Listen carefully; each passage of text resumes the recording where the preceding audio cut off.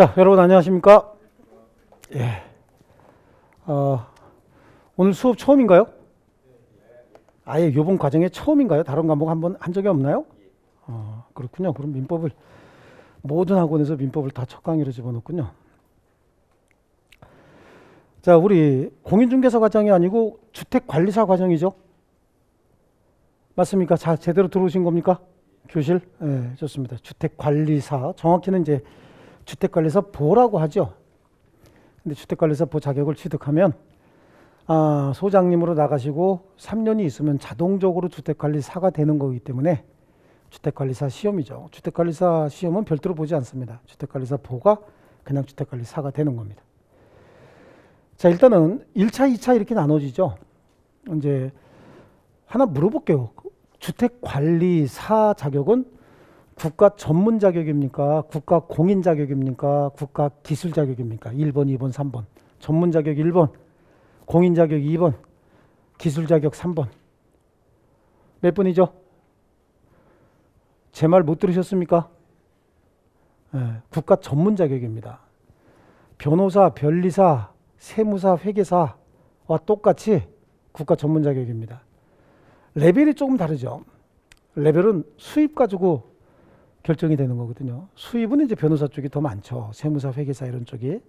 그래서 걔네들은 이제 사회적인 평가가 수입이 좀 많다 보니까 사회적인 평가를 좀 높이 하는 것 뿐이지 자격 자체 측면에서는 국가 전문 자격이고요. 이런 국가 전문 자격 시험은 항상 1차와 2차로 나눠집니다. 물론 기술 자격도 마찬가지죠. 그래서 1차 시험을 패스한 자만이 2차 시험을 응시할 수 있어요.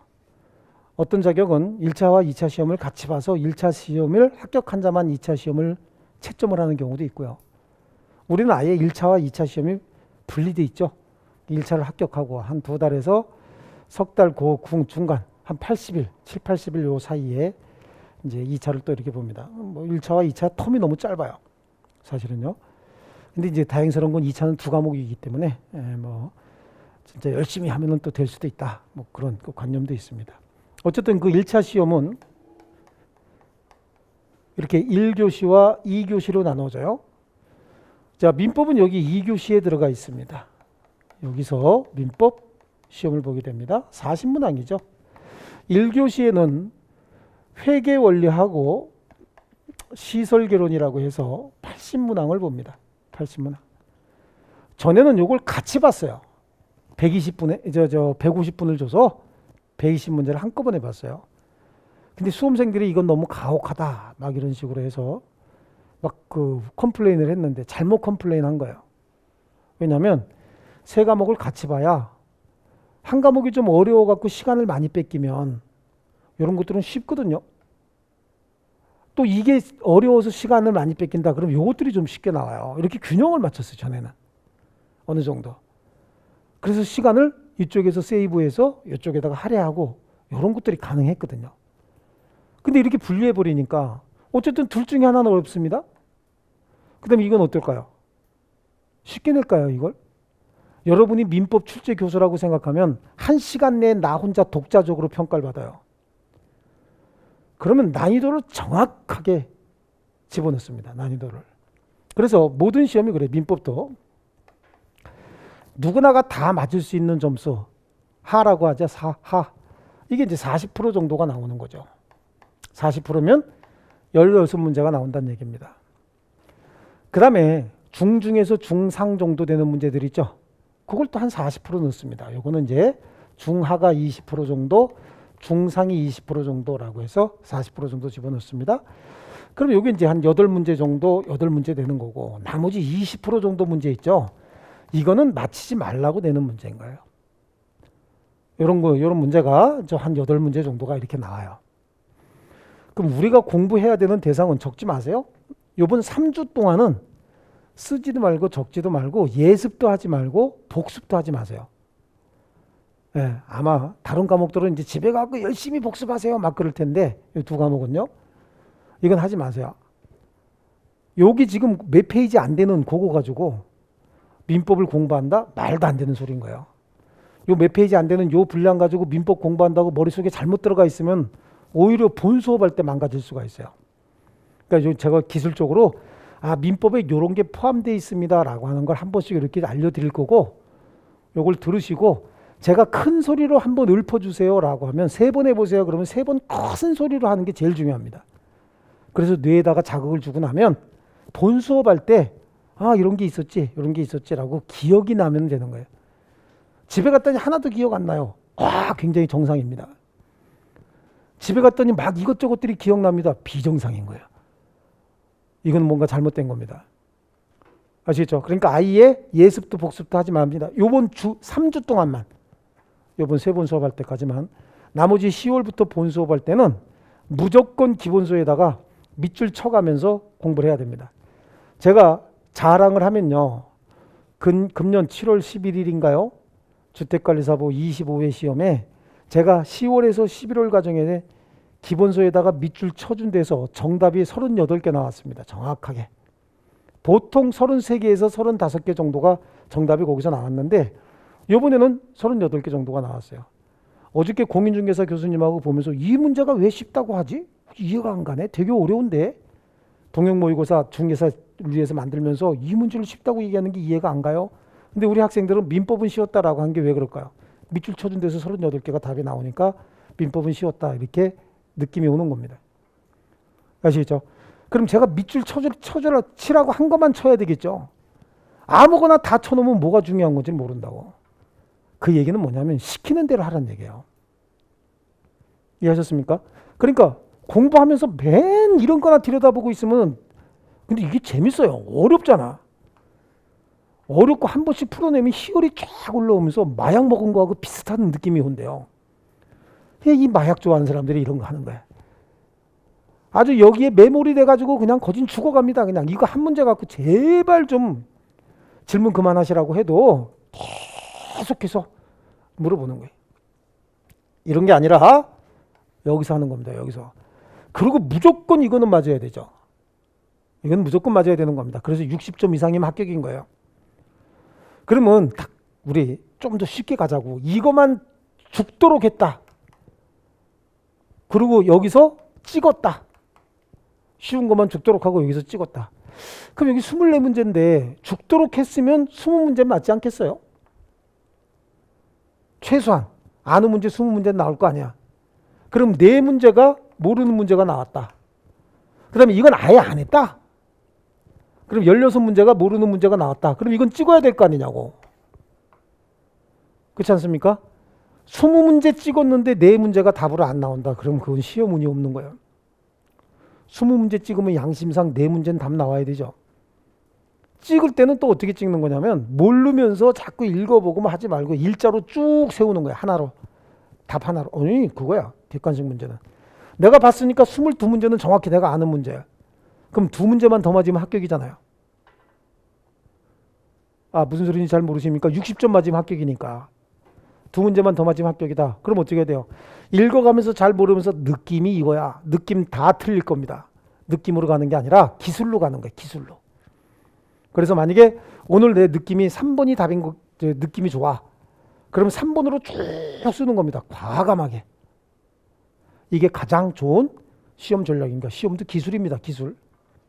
아시겠죠? 그러니까 이런 거 말고 이런 데서 합격을 하자라고 하는데 이거 혼자서 출제 교수가 40문제를 만들다 보면 1시간 내에 자기 혼자 평가받지 않습니까? 그러면 문제를 요걸 조정을 정확하게 합니다. 그리고 너무 쉽게 시험 내서 물 시험이었다 이런 얘기 들으면 자존심 상하잖아요.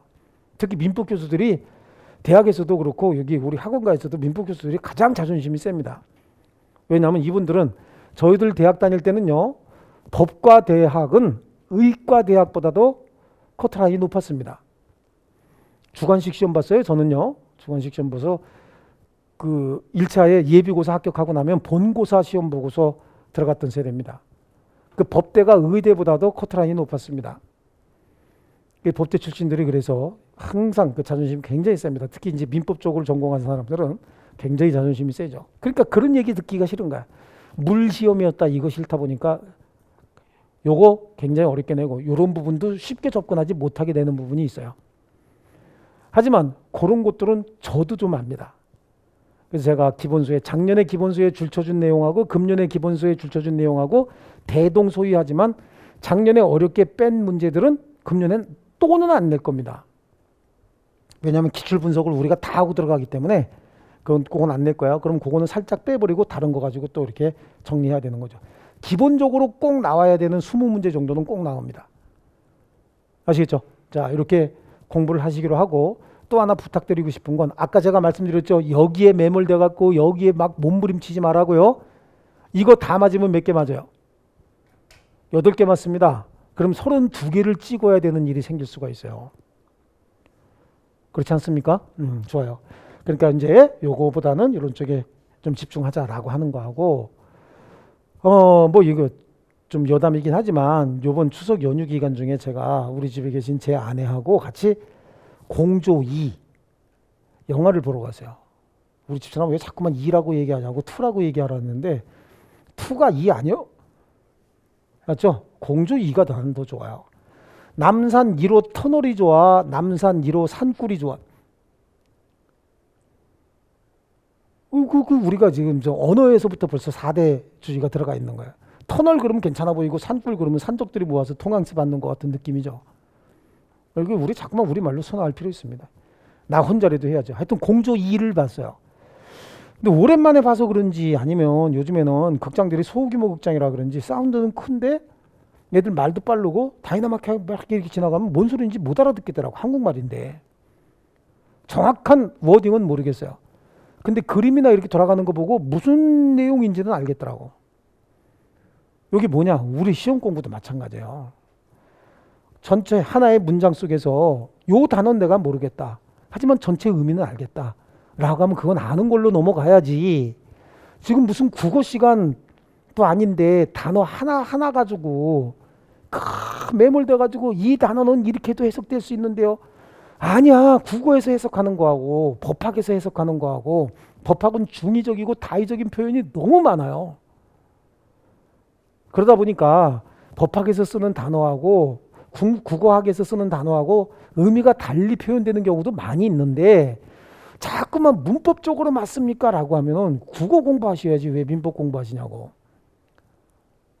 아시겠죠? 그러니까 그런 단어 하나에 메모리 돼갖고 제가 제발 좀 여기서 그만하시고 다른 데 진도 나가시라고 해도 그거 못 버리시는 분이 있는데 그거 마음 버리셔야 돼요.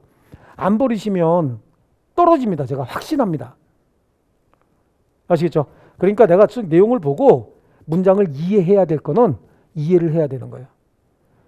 그리고 암기해야 될 건 제가 암기 코드를 정확히 만들어 드립니다. 암기할 수 있게. 아시겠죠? 그러니까 예를 들어서 초등학교 들어가서 우리 한글을 읽을 정도만 되면 암기할 수 있게 만들어 드려요. 근데 그것도 암기 안 하면 한글을 모르는 거죠. 분위기가 그렇게 가는 거예요, 이제. 아시겠죠? 그래서 수업 시간에 제가 크게 읽어보세요 라고 하면 크게 읽는 거고, 아시겠죠? 예, 그냥 여기만 쳐다보세요 그럼 쳐다보는 거고, 줄 치세요 그럼 줄 치는 건데 9월 과정에 3번 과정에는 줄 칠 것도 없고 예습할 것도 없고 복습할 것도 없다 그랬죠. 오히려 복습하면 망가집니다. 아시겠죠? 그럼 펜 같은 거 던져버리고 민법 시간엔 앞으로는 빈손으로 오셔도 전혀 관계없어요. 왜냐하면 여기에 여러분 책에 있는 내용 다 들어가 있어요. 빈손으로 오셔도 관계없습니다. 요번 시간만, 요번 3주만. 아시겠죠? 자, 좋습니다. 이제 본수업 한번 들어가겠습니다. 자, 우리 뭐 그리스, 로마 뭐 이런 얘기 많이 하지 않습니까? 예, 그리스, 로마 이런 얘기를 많이 하는 이유가 르네상스라고 하는 게 그리스, 로마 시대부터 시작이 됐거든요. 발단이 됐어요. 그래서 어떤 사상 발달이라든지 문화 발달이라든지 이런 것들이 가장 많이 됐던 시대가 그리스, 로마 시대인데, 그리스, 로마법 이후에 로마법에서 이 법은 공법과 사법으로 이렇게 나누어집니다. 공법, 한자는 자주는 안 씁니다. 갑을병을 제외하고는요. 그 다음에 이거는 사법 이렇게 얘기를 하죠. 공법, 사법 이렇게 얘기합니다. 이 법이라고 하는 거는요, 자연의 섭리를 구체화해 놓은 걸 법이다 이렇게 얘기를 해요. 그래서 법은 이게 삼수변 물 얘기하는 거거든요. 물이 흘러가는 이치다라고 하는 거지. 그게 자연의 섭리야. 위에서 밑으로 흐르고, 그렇지 않습니까? 차면 넘어가고 안 차면 뭐 고이고. 그렇잖아. 이거 막고 있으면 물이 고이다가 이걸 차서 올랐다 그러면 넘어가지 않습니까? 이런 것들이 다 자연의 섭리거든요. 근데 이걸 공법과 사법으로 나눈 이유는 공법은 국가가 국민을 규제, 통제하기 위한 법이 공법인 거예요. 근데 여러분한테 물어보면 여러분 국민이 더 상위 개념이에요? 국가가 더 상위 개념이에요? 이제 여기서 이제 통박 원래 지수가 지능 지수라는 게 IQ도 있죠. IQ. 그렇죠? IQ도 있고 EQ도 있지 않습니까? 그 다음에 우리 성인들은 또 뭐가 있어요? TQ가 있어요. TQ는 뭐야? 통박 지수. 통박이 뭔지 아시죠? 아 진짜야. 그것도 지능에 들어가요. 국민을 위에 쓰고 국가를 밑에 쓴 이유가 뭘까요? 이거 얼마든지 바꿔 쓸 수 있는데 국가보다는 국민이 더 상위 개념인 거예요. 근데 아래 것이 윗분을 규제 통제할 수 있으려면 반드시 뭐가 있어야 된다? 법률 규정이 존재해야 되는 거예요. 법에 정해져 있지 않으면 이렇게 해도 좋다라고 국민이 여기다가 위임을 한 겁니다. 모든 권력은 국민으로부터 나오는 거거든요. 그래서 네가 뭐를 위해서 규제, 통제, 질서 유지를 위해서 이렇게 해다오. 이걸 만들어서 질서 유지를 좀 해다오. 라고 위임을 받았다고 얘기를 하는 겁니다. 위임을. 아시겠죠? 그러면 여기는 가장 중요한 게 뭐예요? 법률 규정이 있으면 통제가 가능한 거고 법률 규정이 없는데 통제하게 되면 그걸 권력남용이다. 이렇게 얘기해서 처벌을 굉장히 크게 받는 겁니다. 왜냐하면 국가가 법률에 근거하지 아니하고 국가의 공권력을 동원해서 우리 시민의 개인적 자유, 자연적 자유, 천부 인권에 의해서 누릴 수 있는 자유를 침해했다? 그럼 이건 굉장히 잘못한 거거든요. 뭐 권력남용이 그렇게 대단해? 예, 굉장히 잘못한 겁니다. 그건. 그래서 처벌을 크게 받습니다. 예를 들어서 차가 많이 막히는데 꼭 보면은 차가 막힐 때 명절 때도 이제 시골 갔다 오는데 차가 많이 막히더라고요. 그래도 이제 가족들하고 서로 이제 먹을 것도 좀 가져가고 이러면서 가족들하고 수다도 떨어가면서 차 막혀도 천천히 그러고 가고 있는데 꼭 갓길로 앞에 푹 차고 들어가고 쑥 들어오는 애들 있죠. 그런 애들이 있어요. 그런 애들은 벌점 30점에 과태료가 7만 원인가? 그렇게 된다고 그러더라고. 벌점 30점에. 벌점 30점에 과태료 7만 원을 부과하는 이유가 뭘까요? 그게 처음에도 벌점 30점에 과태료 7만 원이었나? 네, 요즘은 벌점 30점에 과태료 7만 원이 들어간다 그러더라고. 벌점 30점에 과태료 7만 원은 어디에 나와 있어요? 도로교통법에 나와 있는 거야. 도로교통법에 벌점 30점에 과태료 7만 원이다라고 돼 있는데 벌점 50점에 과태료 70만 원이다라고 부과할 수 없는 거예요. 국민을 규제하려면 뭐가 있어야 되기 때문에 법률 규정이 있어야 되기 때문에. 그러니까 우리 2차에 나오는 관계법규라든지 관리실무 이런 것들은요. 딱 법에 정해진 그대로만 출제가 되는 거예요. 법조문 그대로. 하다못해 1차에서 얘기했던 회계원리나 시설개론 같은 경우도 정해진 우리 시방서 규정 정해진 대로만 해야 되는 거예요. 7mm 철근 써야 된다 그러면 7mm 철근 써야 되고 철근 간격은 25mm 이상이 돼야 된다 그러면 25mm 이상을 띄어야 되는 거예요.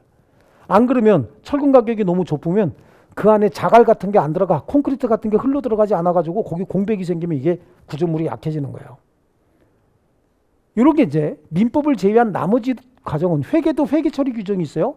RFID라고 해서 RFID? 그건 아닌 건데. 그렇죠. 하여튼 그거 있어요. RFID하고 비슷한 발음이 있습니다. IFRS군요. IFRS. 국제회계처리 기준이라고 하는 기준이 있다고. 이거는 회계처리의 모든 기준을 정해놓은 거기 때문에 그 기준에 맞춰서만 해야 되는 거예요. 그런데 그래서 질서를 유지하는 건데 사법은 어떠냐? 사법은 개인과 개인이 뭐를 거래하는 거죠? 재산을 거래하는 거예요. 에듀윌 유료 회원만의 명품 교수 서비스.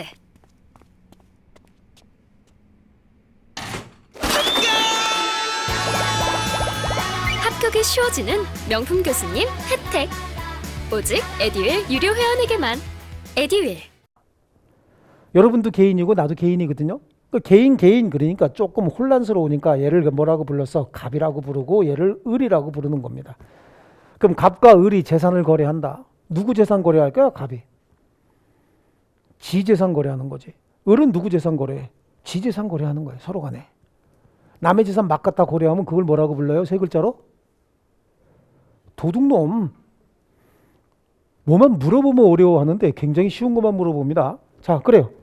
그렇게 자기 재산을 거래하는데 재산이 있는 자는 무조건 자기 재산을 거래해야 됩니까?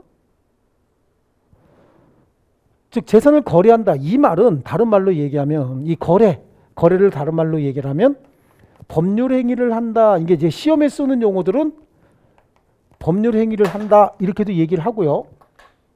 순발력 있죠, 아직? 법률 행위를 한다라고 얘기하고 다른 말로 계약을 한다라고도 얘기를 합니다. 법률 행위 내지는 계약을 한다. 그 거래한다. 합의, 약속, 약정 다 같은 말이에요. 시험에 제일 많이 나오는 얘기는 요거죠, 요거. 자, 그러니까 법률 행위는 계약만 있는 건 아니에요. 굉장히 다양한 종류의 법률 행위가 존재할 수 있는데 그 중에 90% 정도가 계약입니다. 그럼 앞으로 누구와 무슨 법률 행위를 했다 그러면 특별한 사정이 없으면 뭐다? 계약이다. 이렇게 이해하셔도 되고 법률 행위 편을 제대로 배우고 나면 이제 법률 행위를 알게 됩니다. 제대로 알기 전까지는 계약이라고 해도 무방합니다. 왜냐하면 90%가 계약이니까. 자, 그럼 재산을 거래했다. 그러면 거래를 할 건지 말 건지 꼭 거래해야 되는 건 아니잖아요. 그걸 자유롭게 결정할 수 있어요. 자유로운 의사결정이 바깥으로 표출되면서 거래가 이루어지는 겁니다. 그래서 이걸 의사표시가 있어야 된다 이렇게 얘기를 해요. 그러면 거래할 건지 말 건지 계약을 체결할 건지 말 건지 체결한다. 그러면 내가 가지고 있는 재산, 여러분이 가지고 있는 재산, 아파트도 있죠. 뭐 땅 있는 분도 있죠. 자동차 있는 분도 있어요. 그 다음에 필기구 같은 것도 많아. 시계가 여러 개 있다. 중고시장에 내놔야 되겠다. 이렇게 할 수도 있는 거 아니겠어요? 그래. 체결할 건지 말 건지 체결해야 되겠다. 그럼 어떤 걸 체결할 건지, 그러면 어떤 내용으로 계약을 체결할 건지 내용 결정도 누가 하는 거예요? 갑과 을이 하는 거야. 우리 재산을 거래한다. 그럼 우리가 하는 거죠. 이해하고 계신 건가요? 그 다음에 그러면 누구하고 할 건지 갑이 꼭 을하고만 해야 됩니까? 초기 보니까 병이 옛날에 나하고 친구였었던 애가 있어요. 고등학교 다닐 때 같은 학교 다녔어. 친구는 아니었어도 오랜만이다 그러면서 을을 만나러 왔다가 병하고 거래할 수도 있는 거죠. 이건 뭐야? 상대방이지. 상대방을 선택할 자유도 있는 겁니다. 그 다음에 그러면 거래할 때 현금으로 거래합니까? 교환으로 합니까? 할부로 합니까? 카드로 합니까? 이거는 다 당사자가 합의로 결정하면 되는 거죠. 이것도 자유롭게 결정할 수 있는 거죠. 그래서 뭐죠? 방식의 자유가 인정이 되는 겁니다. 이렇게 자유로운 의사표시에 의해서 법률행위가 성립한다. 그래서 그런 자유로운 의사표시 중에서 계약을 체결할 건지 말 건지, 계약을 체결할 거면 어떤 내용으로 계약을 체결할 건지, 누구와 할 건지, 방식은 어떻게 할 건지 이런 걸 자유롭게 결정할 수 있다라고 얘기하는 걸 사적 자치의 원칙이다라고 얘기를 하고, 우리가 고등학교 교과에서는 이건 뭐라고 배웠냐면 계약 자유의 원칙이다 이렇게 배운 거예요. 이해하셨죠? 그러니까 공법 과정에는 자유가 제한이 되는데 사법 영역에서는 자유가 최대한 보장이 되네요. 그러니까 공법은 수직적인 관계죠, 지금. 하지만 사법은 어떤 관계예요? 수평적인 거래 관계라고요. 이 사람을 매도인이라고 하고 이 사람을 매수인이라고 한다면 매도인이 더 우월한 지위에 있습니까? 매수인이 더 우월한 지위에 있습니까? 그런 거 없죠? 수평적이고 평등한 관계라고요. 여기는. 그래서 가장 중요한 게 자유롭게 의사결정이 되고 그 의사결정이 자유롭게 표시가 돼야 된다. 아시겠죠? 굉장히 중요한 말을 할 거고 하고 있는 거고 앞으로 계속해서 이 관념이 나올 거예요. 그럼 민법에서는 가장 중요한 게 뭡니까? 자유로운 의사표시에 의해서 뭐가 이루어져야 된다? 법률 행위가 이루어져야 된다. 법률 규정보다 더 중요한 게 뭐예요? 금방 말씀드렸다고 허리 피세요. 허리. 예. 자유로운 의사결정에 의해서 뭐가 이루어져야 된다고요? 법률 행위가. 자유로운 의사결정이 자유롭게 표시가 돼서 뭐가 이루어져야 된다고? 법률 행위가 이루어져야 된다라고 하는 겁니다. 아시겠죠? 그 법률 규정보다는 자유로운 의사표시가 중요한 것이고 그래서 법률 행위가 돼야 되고, 그럼 계약을 체결할 건지 말 건지 어떤 내용으로 누구와 어떻게 할 건지가 자유롭게 결정이 된다라고 해서 그러면 세상 모든 형태의 계약이 다 가능한 거냐? 그건 아니죠. 원래는 기본적으로 이 내용만 봤을 때는 모든 형태의 계약이 다 가능해야 되죠. 그런데 모든 형태의 계약이 다 자유롭게 가능하다. 그럼 제일 먼저 안 되는 게 뭐예요? 첩계약 어때? 첩이 뭔지 아시죠? 첩을 두면 됩니까? 뭘 망설이고 그래요. 첩을 둬도 됩니까? 안 되죠? 아유, 안 돼요. 여기 분위기 안 좋다. 첩 두면 안 되는 거죠? 첩계약을 했다. 첩계약은 처 있는 남자가 다른 여자와 부부 생활을 영위하기로 하는 계약을 첩계약이라고 하는 거예요. 잠깐 바람 피는 거 말고 아예 딴 살림을 하나 더 차리는 거예요. 그래서 이건 첩계약이라고 하는데, 이거는 선량한 풍속 기타 사회 질서에 반한다고 얘기를 해요. 아니면 범죄하기로 계약을 체결할 때 범죄 모의 계약, 이런 것들은 허용해서는 안 되겠죠. 계약 자유의 원칙이 적용이 돼도 여기까지 허용해서는 안 된다. 그런 의미가 되는 겁니다. 이게 이제 사법인데, 사법의 영역이 굉장히 넓고 다양합니다. 거기에 모든 사적 거래에 다 적용되는 법이 민법인 거예요. 민법은 그래서 사법 중에서 일반법이다, 이렇게 얘기를 합니다. 그럼 일반법과 항상 대비되는 개념이 뭐가 있냐면 특별법이 있습니다. 특별법. 민법 전체에 대항할 수 있는 특별법은요, 상법이 있습니다. 민법 전체에 대항하는 특별법은 상법.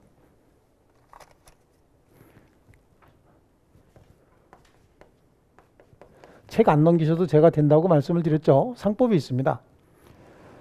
이 민법은요, 일반법으로서, 일반 사법으로서 우리 자연인들 있죠. 우리 같은 사람들이 누구와 뭔 거래를 할 때 그때 적용하기 위한 게 민법인 거고, 이 일반법이라고 하는 법은요, 모든 거래관계에 다 적용되는 법이다, 이렇게 말씀을 드렸죠.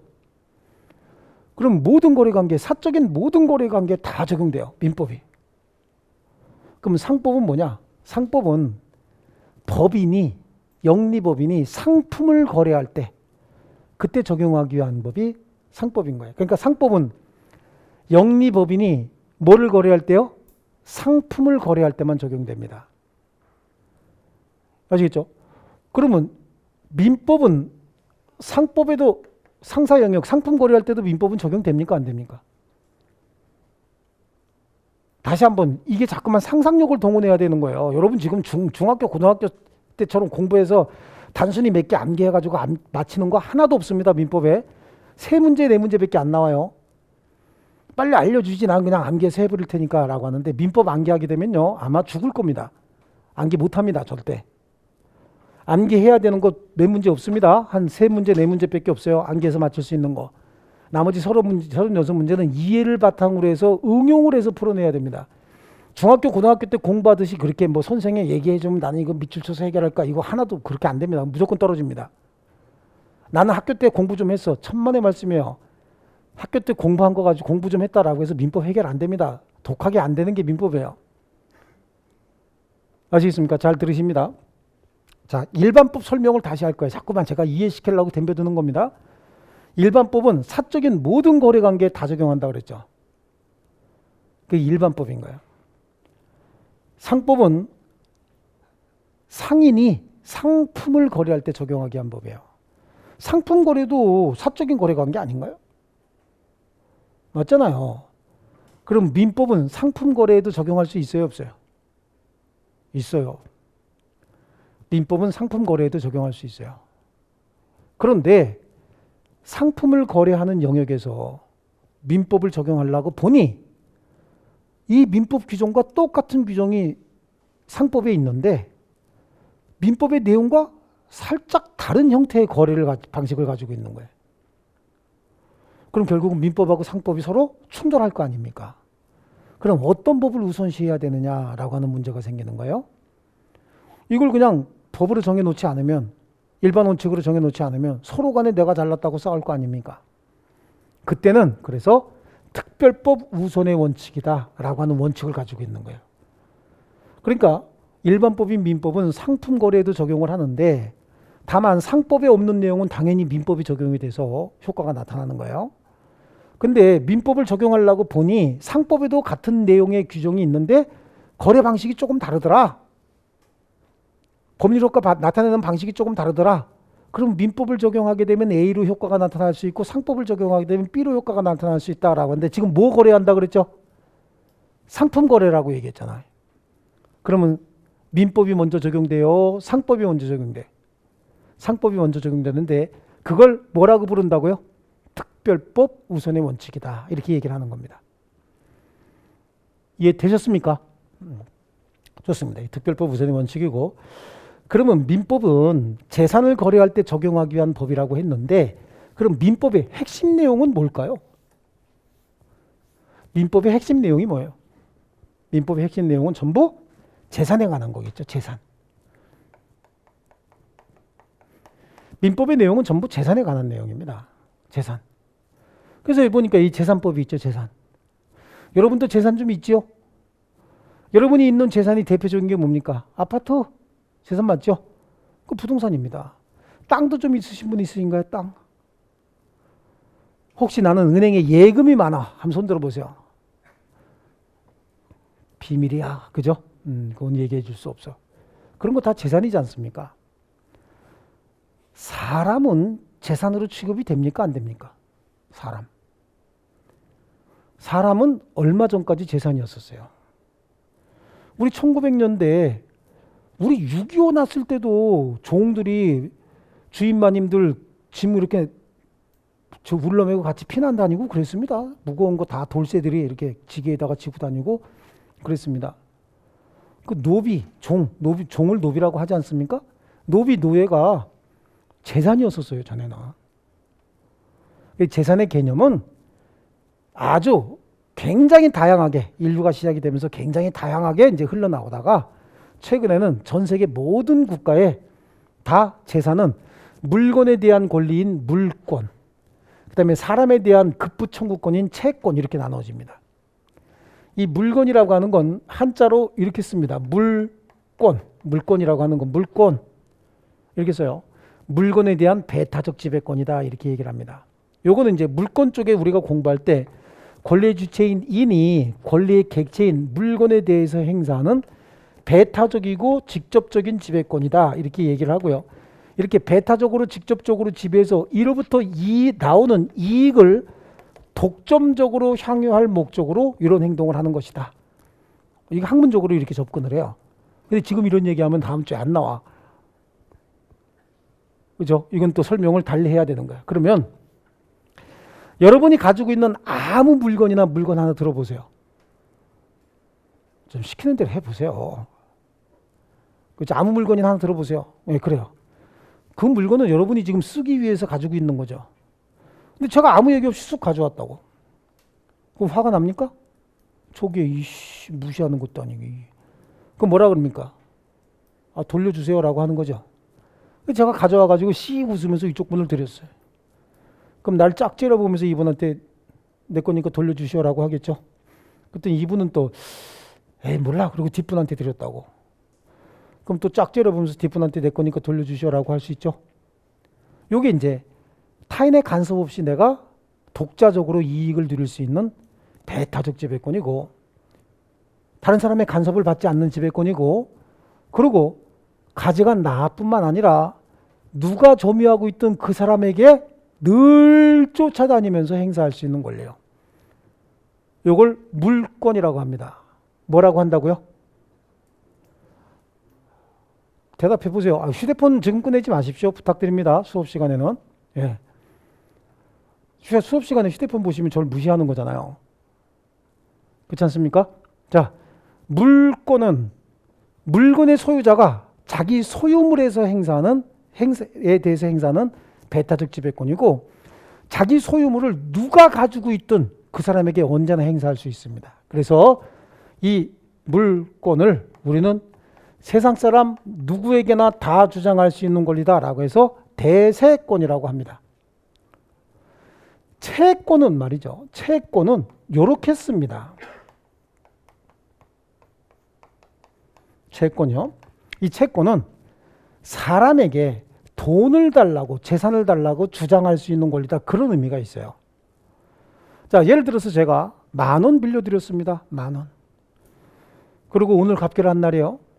그럼 제가 오늘 저한테 10,000원 빌려가신 거 갚으셔야죠. 라고 하는 거죠. 그럼 누구한테 해야 되는 겁니까? 빌려가신 분한테 해야 됩니까? 빌려가신 분 옆에 계신 분한테 해야 됩니까? 빌려간 사람에게만 해야 되죠. 그것도 빌려준 제가 해야지. 이분께서 너 오늘 민법 교수한테 돈 빌린 거 갚아야 되지. 그럼 저분이 뭐라고 할까요? 네가 뭔데 거기 개입해. 그럴 거 아니겠습니까? 아무에게나 아무나 행사하는 거 아니죠. 채권자가 채무자에게만 행사해야지 그 배우자에게도 행사해서는 안 되는 거예요.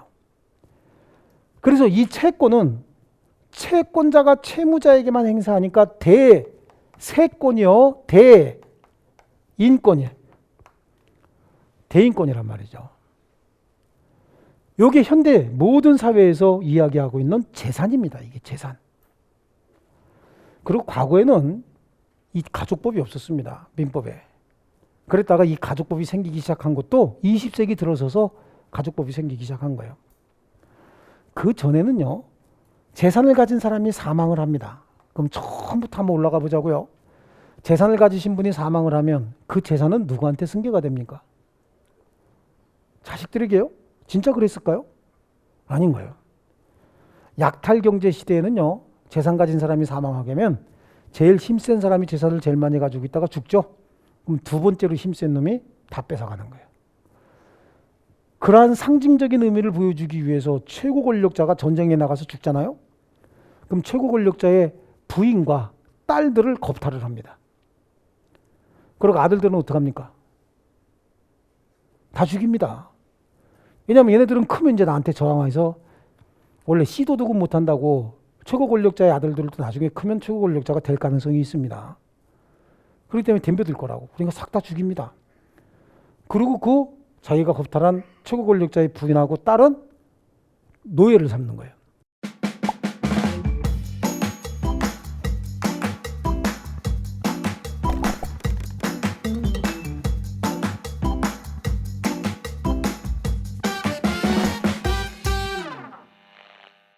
종으로 삼아버리는 겁니다.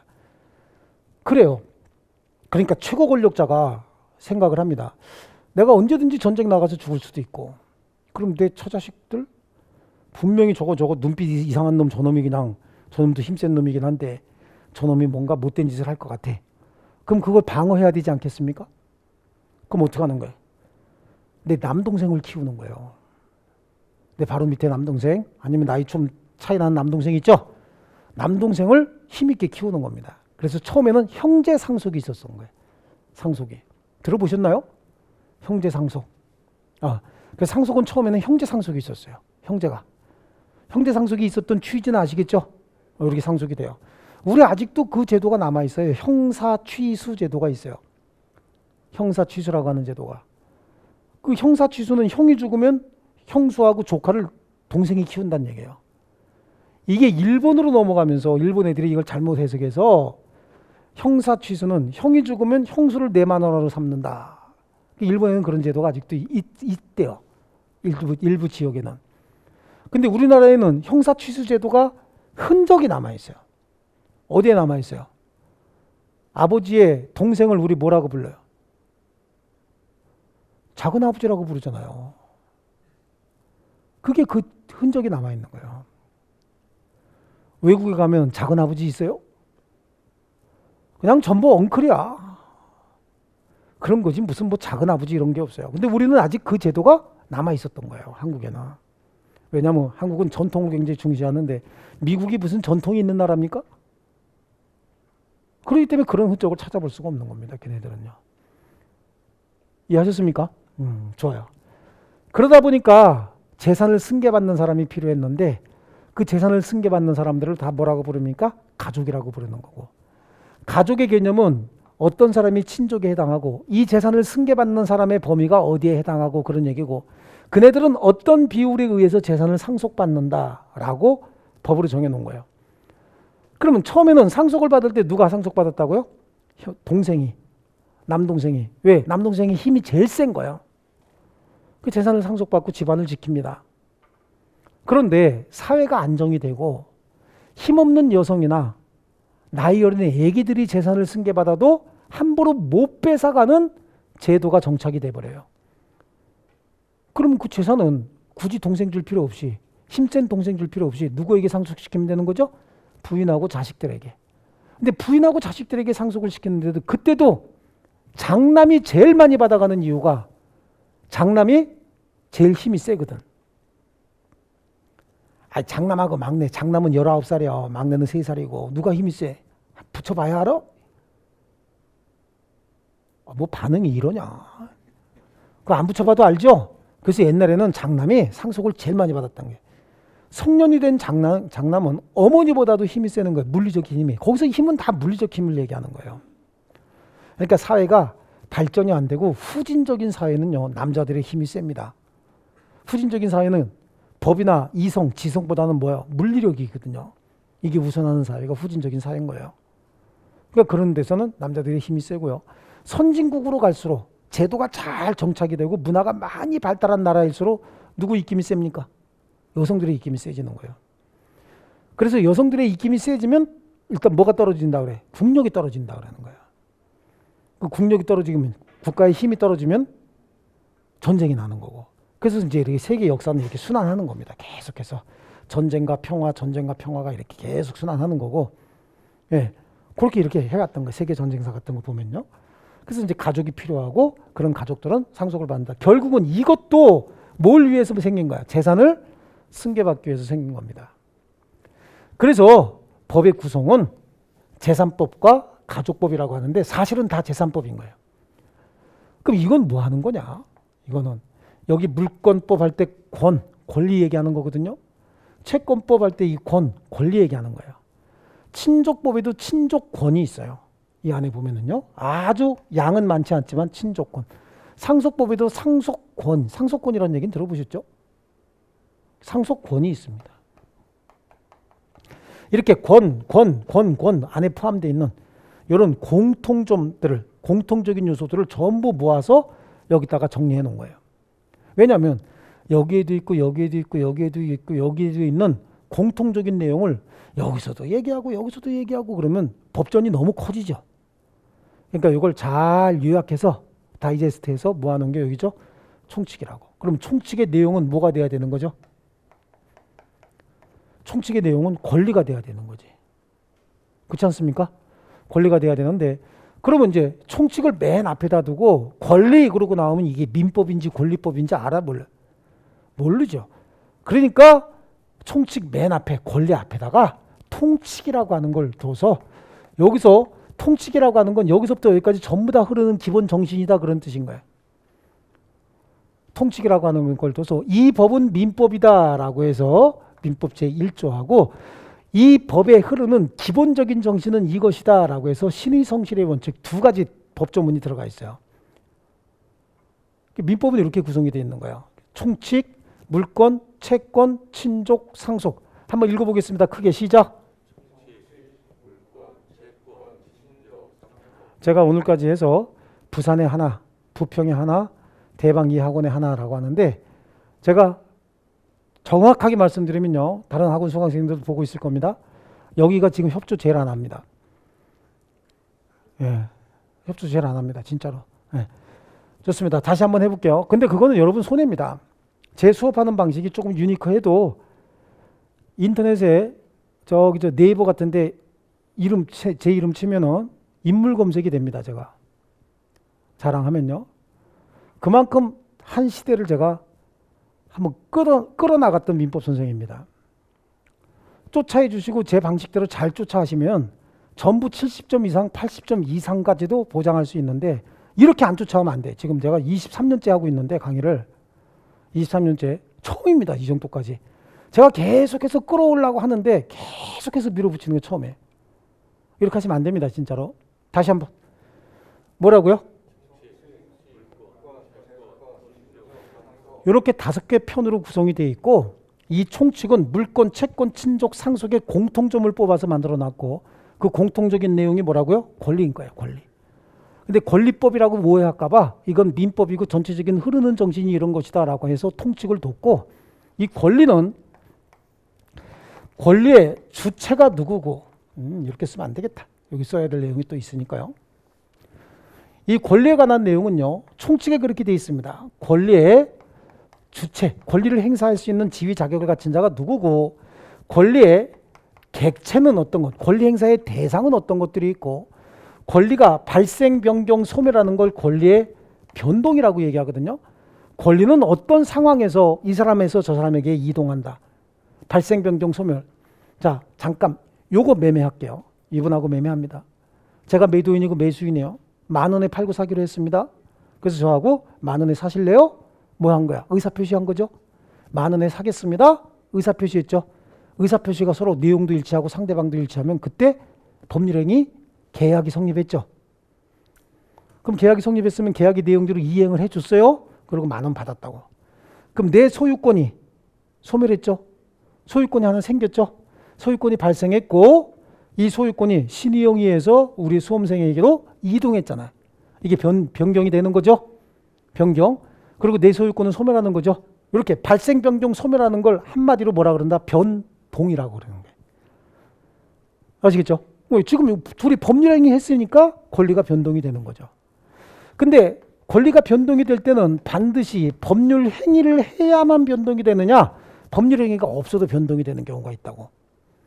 왜냐하면 법률 행위가 없어도 권리가 변동이 되려면 뭐가 있어야 됩니까? 법률 규정이 있어야 된다고. 법률 행위가 아닌 원인이라고 해서 법률 규정이 있어야 되는데 그 법률 규정은 여기 보세요. 아버지 돌아가셨어요.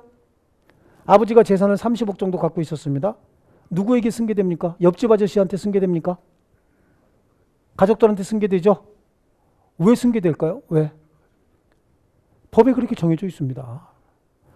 가족법에 정해놓은 거야. 그러니까 둘 사이에 합의는 안 했어도 법률 규정에 의해서 권리가 발생, 변경, 소멸할 수도 있죠. 아침에 차 끌고 나오려고 그러는데 어떤 친구가 차 사이드 브레이크 채워놓고 전화를 안 받아요. 계속해서 안 받는 거야. 그래갖고 그냥 전철 타고 왔어요. 왔는데 정말 화가 나니까 제 차 안에 보면 이렇게 쿵 누르면 유리 깨는 그런 기계가 있어요. 꾹 누르면 뻥 그러면서 살짝 유리를 깨트려 버려요. 그가 유리를 깨버릴까? 이 나쁜 놈의 시키를. 그랬는데 그렇게 하면 어떻게 됩니까? 불법행위를 하게 되는 거죠. 불법행위하게 되면 걔한테 손해배상 해줘야 되죠. 둘이 계약했어요? 안 했어요? 안 했어. 하지만 불법행위를 하게 되면 손해배상 해줘야 된다고 어디 나와 있어요? 법에 나와 있는 거예요. 법률 규정에. 그러니까 법률행위는 하지 않았지만 그 친구는 나한테 손해배상 청구권이 생기거든요. 이런 것들은 다 법률행위는 아니지만 법률 규정에 의해서 그런 것들이 생기는 거거든요. 이게 전체 총칙의 내용인 거예요. 이거는요. 민법 전체의 구성이 이렇게 돼 있는 거예요. 이게 총론에 해당하고 이게 본론에 해당하죠. 그럼 물권법도 보세요. 물권법 뭐에 해당하고요? 총론. 물권은 8개 종류의 물권이 존재하는데 8개 종류의 각각의 개별적인 특징을 정해놓은 게 물권법 강론인 거예요. 채권도 굉장한 많은 종류의 채권이 존재하는데 그 채권의 공통점을 뽑아놓은 게 뭐죠?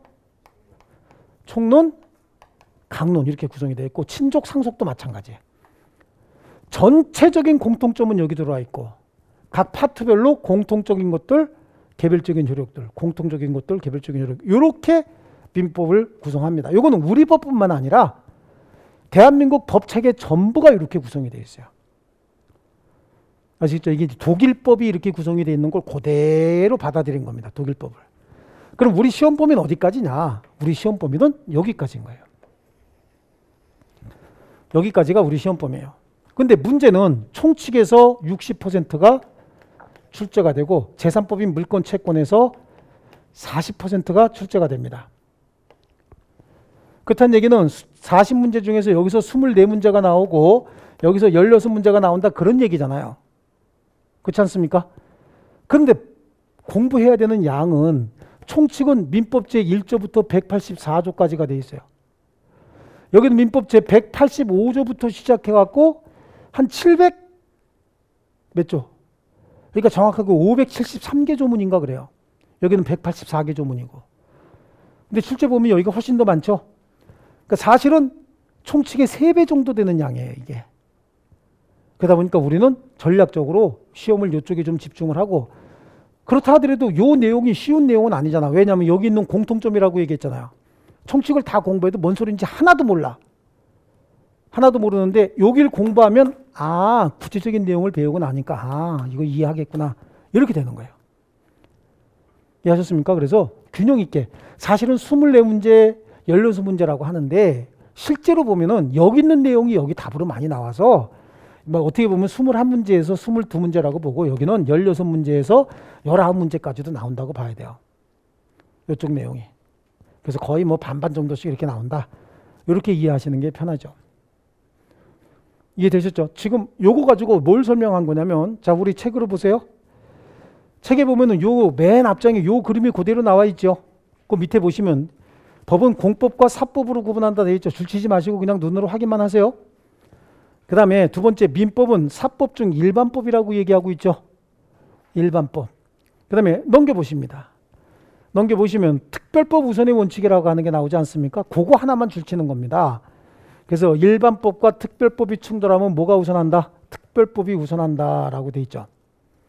134페이지에 있습니다. 134페이지에 거기 양쪽 가로 3번에 일반법과 특별법이 충돌하면 특별법이 우선한다. 이해되셨습니까? 자, 민법은 실체법이다. 권리 의무를, 재산에 관한 내용을 재산에 관한 권리 의무를 그 내용으로 한다라고 하는 거. 그 다음에 민법의 구성에 보시면 민법 총칙이 있죠. 큰 타이틀만 보고 넘어갑니까? 그 다음에 통칙이 있고, 권리에 관한 내용이 권리의 주체, 다음 페이지 보시면 권리의 객체, 그 다음에 권리가 어떻게 해서 발생, 변경, 소멸한다, 권리의 변동 이렇게 나와 있습니다. 자, 그 다음에 물권법은 첫 번째 동그라미 1번의 두 번째 줄 보시니까 물권은 뭐라 그래서 대세권이라고 얘기하고 있죠. 대세권. 그럼 채권은 뭐죠? 대인권이었죠. 대인권. 그래서 물권도 총론 강론 이렇게 나눠져 있습니다. 한 장 넘겨보시면요. 거기 135페이지 맨 하단에 보시면 총론 강론 이렇게 돼 있죠. 총론 강론. 그리고 8개 물권은 다음 페이지에 나와 있는데 이 8개 물권은 제가 별도로 암기시킬 거예요.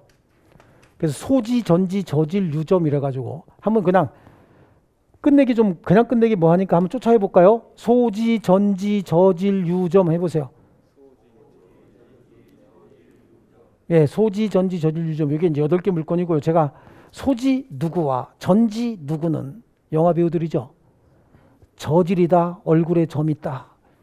가만 보면 걔네들 점 있었죠. 소지 누구, 전지 누구, 저질이래. 왜? 얼굴에 점 있다. 소지, 전지, 저질, 유점.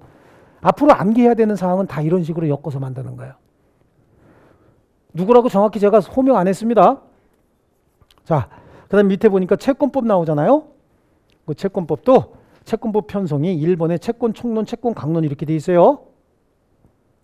맞죠? 자, 조금 쉬었다가 우리 민법 통칙 여기서부터 하겠습니다. 조금 쉬겠습니다.